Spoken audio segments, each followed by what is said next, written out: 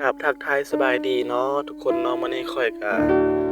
ขี่รถมาแหละเลยเห็นแม่ตู้หนึงเนาะแล้วอันจูงล้อมาบักเมื่อยพุ่นแหละน่าจะไปเจ็บกระโปงกระป๋องนี่แหละข้อยก็อีต้นข้อยก็เลยเอาเราขึ้นรถนำหั่นแหละทางก็อยู่8หลัก16นี่แหละถ้าผู้ใดเห็นก็ช่วยเราในเด้ออีต้นเราเนี่ยเพราะว่าเราก็ว่าลูกเราหั่นทิ่มเราแต่ละมื้อเราก็ไปเจ็บกระป๋องแถวดอนนูนแหละแล้วว่าเราเคยถึกรถต่ำเทื่อนึงถึกรถต่ำแล้วก็เขาก็ไปเลยสินะ เลย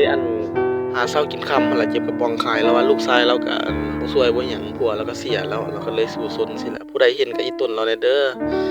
เอาให้เรากินแหน่หรือว่าเงินคำหยังให้เราโลดอีต้นช่วยคนแล้วได้บุญข้อยก็เลยบ่มีหยังหลายแล้วก็มีหมักไม้ให้เราหมักเกี้ยงนั่นล่ะให้เราหั่นล่ะให้เราไปกินแล้วก็ยังบ่พออีกข้อยก็หมดโตข้อยก็มีแต่50,000นี่แหละเพราะว่าเงินเดือนเฮามันน้อยเด้เขาเฮ็ดอาชีพน้อยแล้วก็เลยเสียสละให้เพิ่นนั่นแหละเพราะว่าคนลาวเด้เราก็ขอบมกขอบใจเด้ลูกหลานเพิ่นว่าจังได๋ผู้ใดเห็นก็ฝากช่วยเราแหน่เด้ออีต้นเราแหน่